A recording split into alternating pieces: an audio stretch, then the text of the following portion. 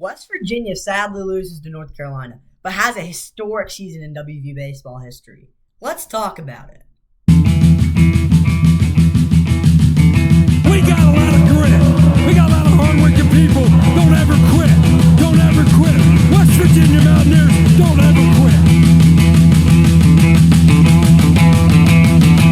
God bless the Mountaineers, and God bless West Virginia.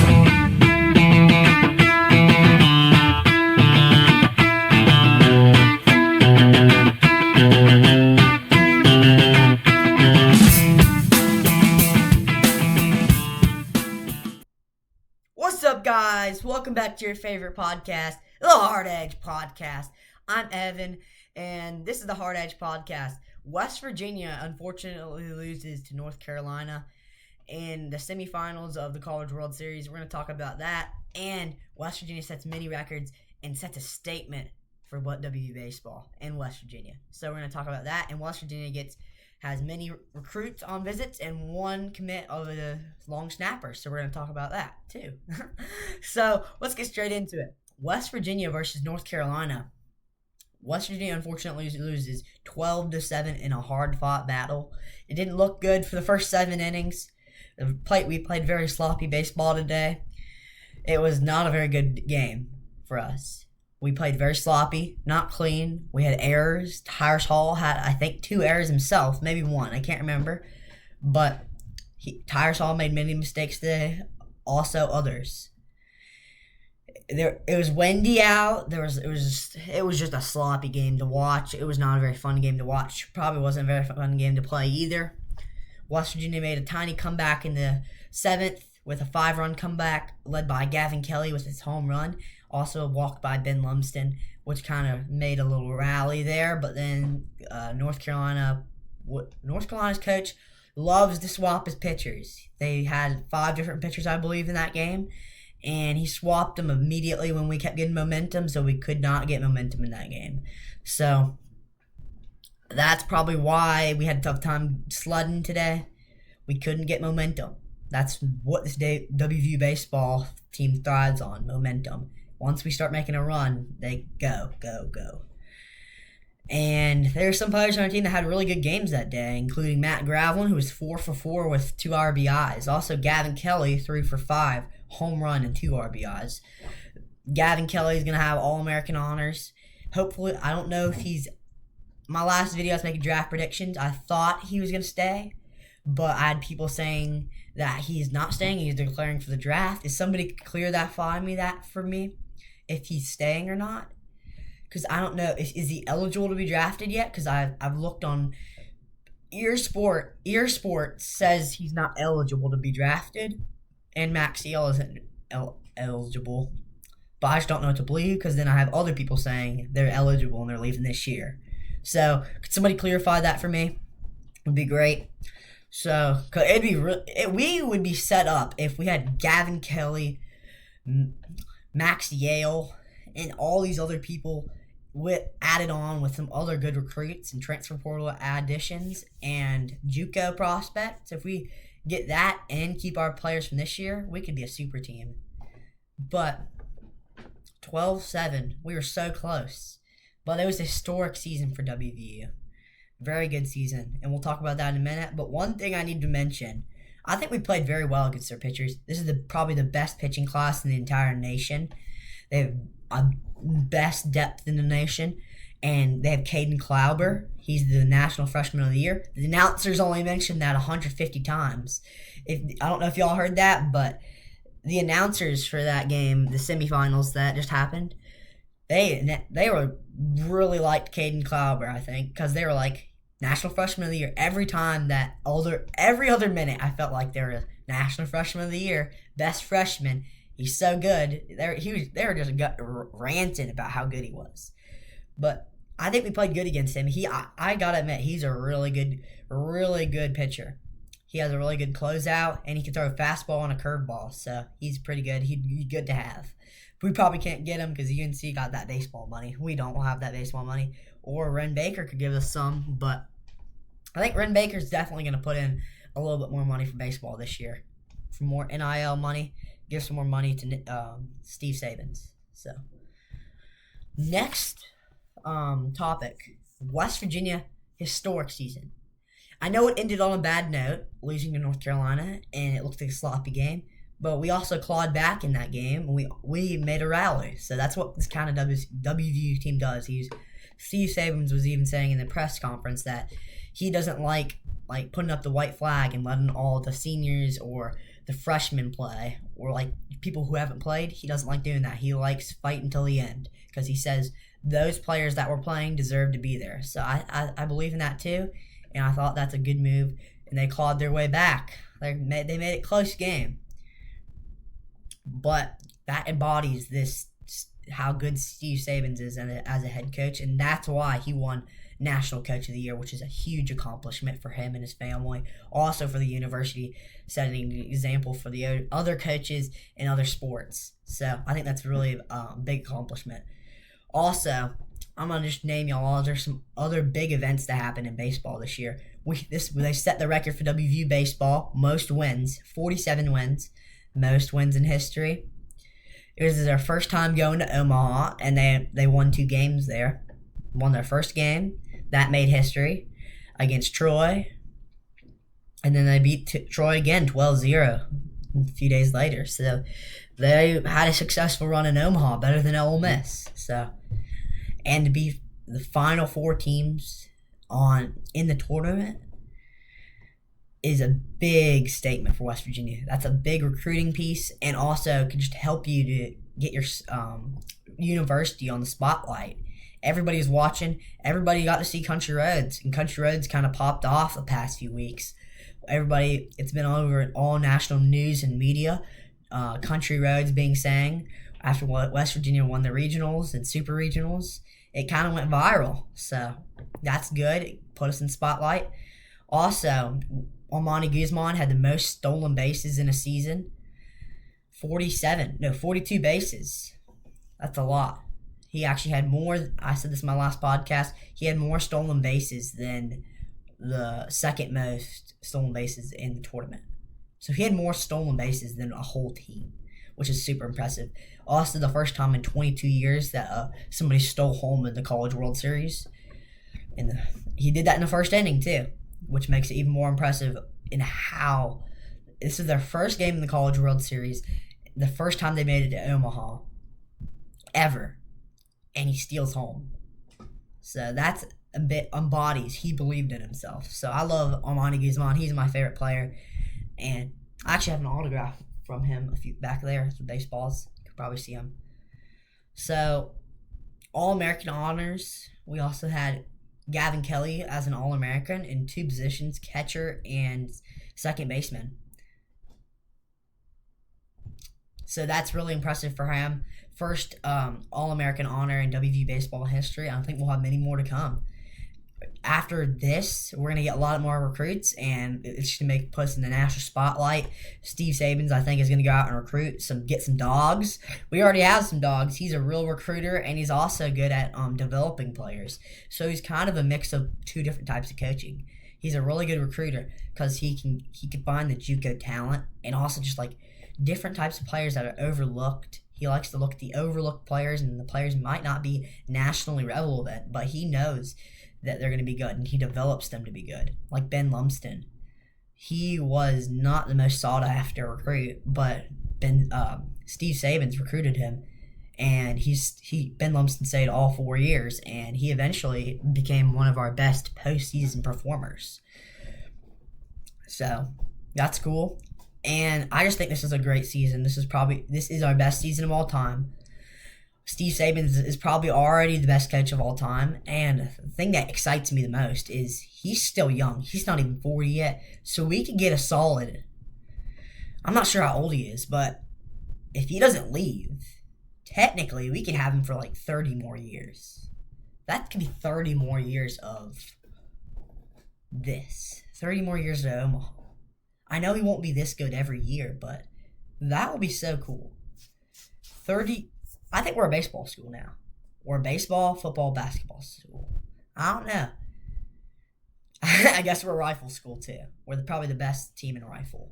I wish we could just spread out this national championship though. Give us a few to basketball, a few to football. few to baseball. So that'd be cool. Next subject. West Virginia gets a long snapper commit and also gets a big time recruit on campus yesterday. 4-star guard. We'll talk about that in a minute, but first we'll talk about the long snapper. We're just going to quickly preview this. He's a class of 2027, one of the better snappers in the country. Warren Flat, multiple Big Ten offers, and also South Carolina offer, I'm pretty sure. No, that was basketball, I'm sorry. But I think they had one more offer. He had a few offers, but we got him. Couldn't find much information on this guy because I was just trying to quickly get a podcast done because I was just having fun, enjoying the moment yesterday. WV Baseball, I just wanted to give it today. So I had to get one out quick this morning so people could watch it. But long snapper, we'll have a full breakdown of the roster before the 2027 season, also before the 2026 season. We'll have another roster breakdown because I made a roster breakdown at the start of my podcast series, but it wasn't very professional, and I feel like I've gotten a lot better. So we'll try to do another one, make a better one, more in depth, and just more understandable for y'all. But 4-star guard on visit.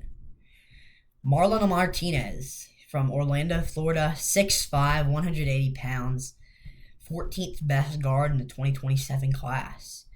I'm pretty sure he played in the FIBA League for Dominican Republic. So that's the best of the best, playing against all the best high schoolers in the world. I'm sorry. He averaged 19 points per game, 4.8 rebounds, 48% from three. That's better than Honor Huff. Just to set an example, how good Honor Huff was at shooting, he's better than that. He probably can't make as athletic or crazy shots, but he's more consistent. 58% from the field, and I just think he's a really good player, really good ball handling skills, also really good layup package. Mid-range is also pretty good. I think his best trait, though, is probably threes and the outer circle. He's really good at getting down low since he has that 6'5" big frame. He's really good at getting down low and putting the basket in. So we're going to watch a few of his highlights. I haven't shared my screen in a while. I used to do it all the time on my old podcast, but it started glitching out, so I just stopped doing it. So we're going to try it out today. It might glitch a little bit. I'm sorry if so. If it does glitch, we will not do it ever again. So let's go. Let's share our screen here.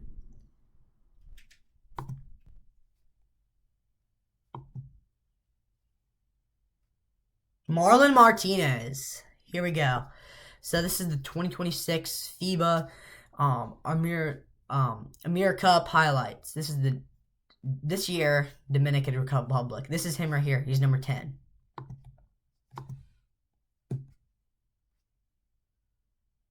Okay, see him starting the game here. He's number 10. He's good in fast break. He also dunk it. You see him, his very good vertical leap. Spin package, I told you, in between, right there. This area right here is the best spot. Very consistent, almost automatic from this area.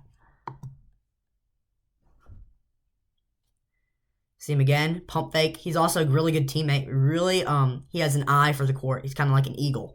He could find the open pass, and he also shoots it himself. So he's a really balanced player, and he's a really good teammate. So he'd be a really good really good player in this Ross Hodge offense and defense. He's pretty good at defense too. Mid-range jumper. See that really good spinning and dribbling skills, and then a nasty pass to his teammate, over the head pass. Another one in between the circle. See, playing through contact, and then that was a crazy layup. Double pump, and then he pulls up and shoots it. I'm not best at commentating, but he's just I didn't know he's this good before watching these highlights, but he just has very good awareness, and also he's just very fast. He might be one of the faster players on next year's lineup. He's just, if he does commit, I'm acting like he commits, but he'd be very good in this offense. See mid-range there, kind of. So let me pause real quick. Amir Jenkins. That kind of reminded me of Amir Jenkins because have y'all seen Amir Jenkins's floater and his mid range? He doesn't shoot threes, but his floater, his mid range, and his fadeaway are elite. His fadeaway is nasty. When he hits that fadeaway, it's so fast, and I feel like he's like falling in the air for so long after he shoots the ball, but his release is so fast. I think that's so cool. Amir Jenkins' all Amir Jenkins' abilities. He's the fastest player on our court last year, and I don't think he'll be the fastest this year because we got Miles Sadler. I'm pretty sure Miles Sadler runs like a 4.340, which is super fast.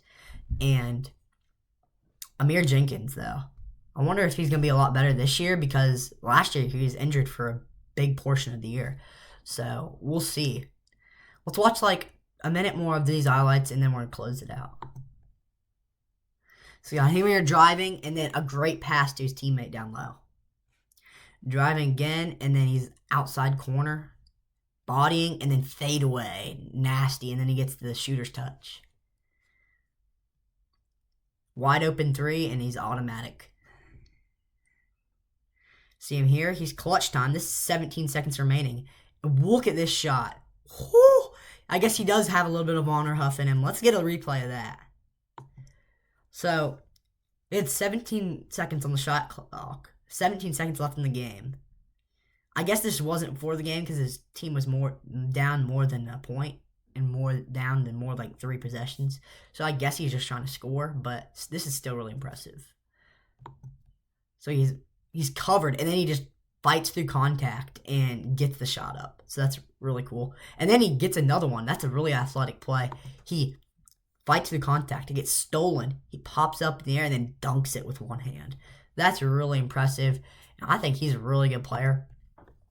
And if we could get him for next year's, he could be a big puzzle piece in next year's team if he does commit. Not sure if he will commit because he's actually favored to go to South Carolina right now. I think it was 47% to go to South Carolina, and like 30-something% to go to us. But Ross Hodge, you never know. He could have something sneaky in his back pocket. You never know. He could be trying to get somebody right now, and tomorrow be snap. We got a big 5-star recruit. You never know with Ross Hodge. He came out of nowhere with the Miles Sadler recruit, Ali Odom, Cini. I'm a really big fan of Cini. If you haven't seen my former podcasts and later older podcasts, I'm a big fan of Cini. I think he's going to be a great player on our team. I don't know why more people... He only had 2 offers or 3 offers. I think he had one from UConn, us, and then one other smaller school.